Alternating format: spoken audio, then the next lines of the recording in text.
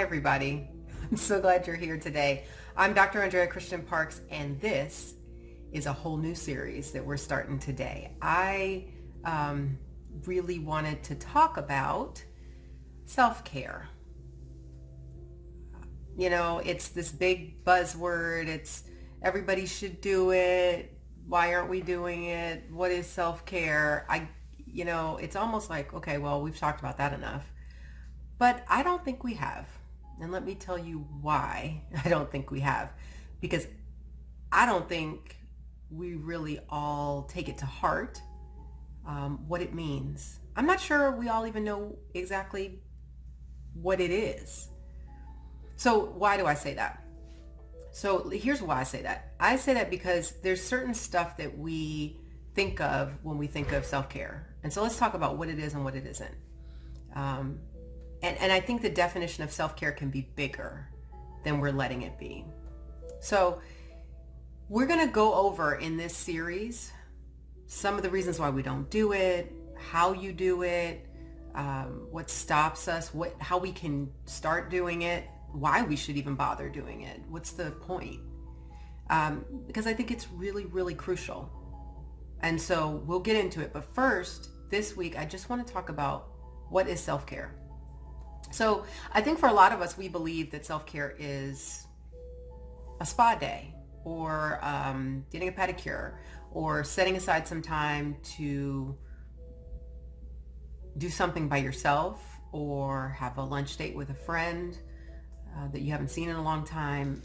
All those things can be self-care.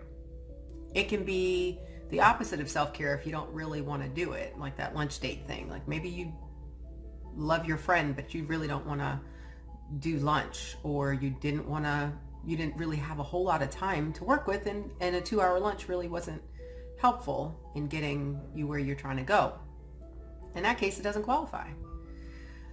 So those are all fine definitions of self-care, but they're not everything that self-care is. And so I wanted to expand the definition a little bit. Let's talk about it. I really want to hear your favorite methods of self-care in the comments when you get to thinking a little bit, because it's so much bigger than, oh, I have to block out hours for a facial or a spa day or whatever, a getaway, something like that.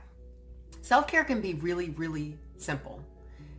It could be when you choose to go to bed on time instead of staying up watching Netflix, because you know you need that sleep, and you will feel so much better the next day, and you will be more productive the next day, and you will be better equipped to take care of the kids because you won't be so exhausted because you got enough sleep.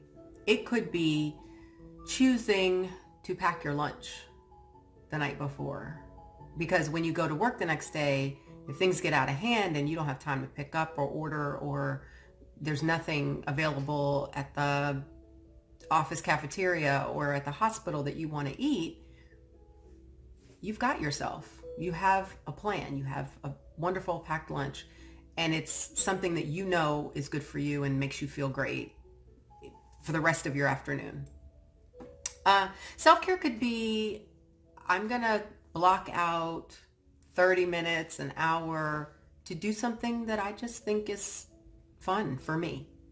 I like to read books.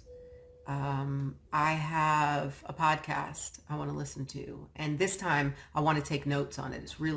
It was one of those I really, really need to kind of dig into, and I need to take some time to do it.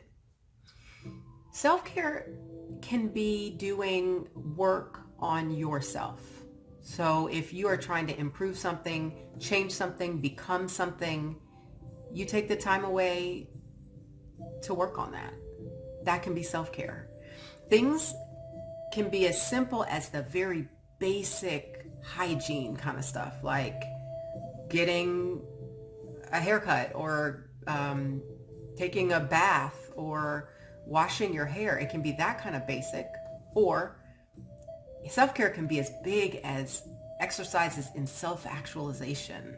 And it's big terminology, but really, if you are trying to become the next version of yourself, setting aside time to work on that, to do thought work, to do journaling, to dream and create, to have a coach who helps you envision the next version of yourself, to take the steps towards becoming that. It can be big stuff like that. So I want you to think about self-care as the little things and the big things, and start thinking creatively about how you can pull those things into your life. We're going to get into why. We're going to talk about all that, but I want you to start thinking bigger than, okay, well, I don't have time to go get my nails done, or I don't have time to have a facial, I don't have time to go to the spa, so I can't do self-care. I want you to start thinking a little bit bigger and more creatively about it, because self-care is how you take care of you. And so that's important. We're going to talk about why that matters coming up. So don't forget to subscribe, hit your notifications so you don't miss an episode, and I will talk to you soon. Thanks for being here. Bye.